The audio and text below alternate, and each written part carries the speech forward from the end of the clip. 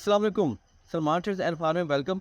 Viewers, आज का topic बहुत इंपॉर्टेंट है। आज बात करेंगे जो लोग डेयरी फार्मिंग कर रहे हैं तो गब्बन गाय की किस तरह तैयारी कराएं ताकि वो उसकी सेहत भी अच्छी रहे और वो एक अच्छा हेल्दी बच्चा भी दे, और साथ में वो जो जेल बाद में फेंकना होता है उसमें कोई इशू ना रहे और दूध भी बढ़ाए और उसके थनों में मसाइल भी ना रहे।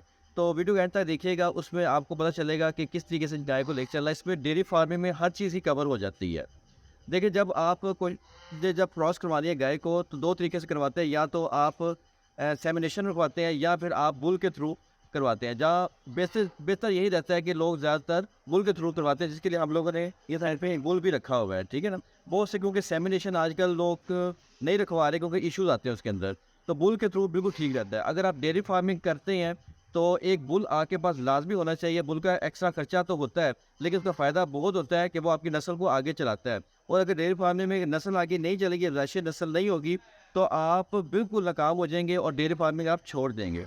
तो बुल से क्रॉस करें, उसके बाद आपने पहले 3 महीने कोशिश करें कि हरा चारा दें। जैसे गर्म चीज़ें बंद कर दें, मसाला जो देते हैं ना, हरा मसाला देते हैं, वो भी आप बंद कर दें। सिर्फ 3 महीने आपने इनको ठंडी चीज़ें देनी है, जिसके अंदर सरसों का तेल हो गया और साथ में ये जैसे आप कह लें हरा पट्ठे हो गए, ठीक है। आप अगर ये करेंगे तो उससे आपकी गाय तकलीफ करके रखेगी और ज़ाया नहीं करेगी बच्चे को। उसके बाद आपने कोशिश करनी है कि चौथे महीने में इसको लहसुन दे देना है।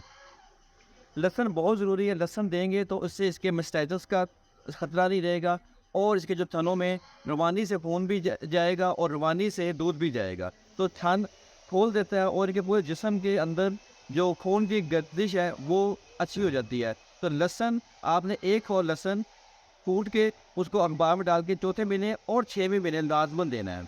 उसके बाद आपने इसको तीसरे महीने के बाद आपने वंडा वगैरह स्टार्ट करना है। थोड़ा थोड़ा वंडा दे, थोड़ी सी रोटियाँ दे, ताकि इसकी जान बने, एनर्जी बने, ताकि जो अगर बच्चा है वो अच्छी अफजाइश नस्ल करे अंदर और अच्छी सेहत डाले।